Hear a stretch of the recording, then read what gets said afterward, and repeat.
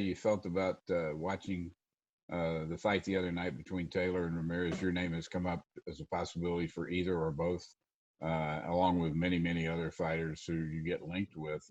What do you think about that whole process, and what did you think about that fight and projecting yourself against one of those guys? Thank you, Mark, for the question. Honestly, I would say I don't, man. I've been so focused on myself lately that I don't focus on the fights and the competition that's going around. Put them in front of me and I'll beat them. That's my whole thing, and that's what I live off of.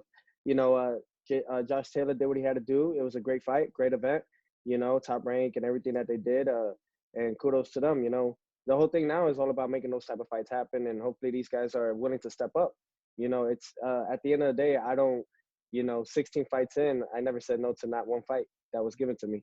I'm a man of my word at the end of the day, and I carry my balls very, very, very tight, when I go in that ring. So, hopefully these guys, they're already talking about moving up to 147 and everything. I can just sense the urgency of them not trying to want to fight me, So the whole thing is just one fight at a time. And, hopefully we can make those fights happen. 135, I'm undisputed. He's Josh Taylor's at 140 undisputed. We can make those fights happen, and Teofimo will become 2-time undisputed world champion back-to-back. It's the goal. All right. Thanks so much. Next up is Donna Corby.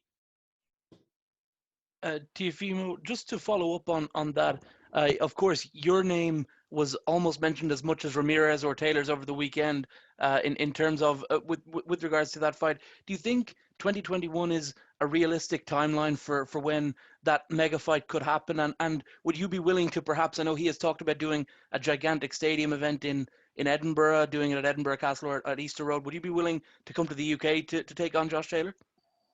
Oh, no, not at all. I won't do it. I won't take the fight in the UK. Not because I don't believe that I will beat him in the UK.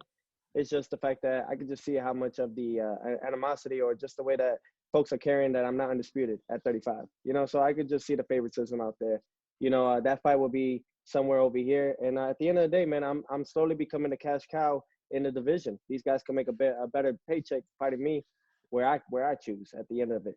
So, but I do eventually want to fight in the UK. That's something that I definitely want to go out there and do. However, I'm not going to give anybody the upper hand on me. I've done it numerous of times. So the whole thing now is just about playing my cards right and just making those fights happen, though.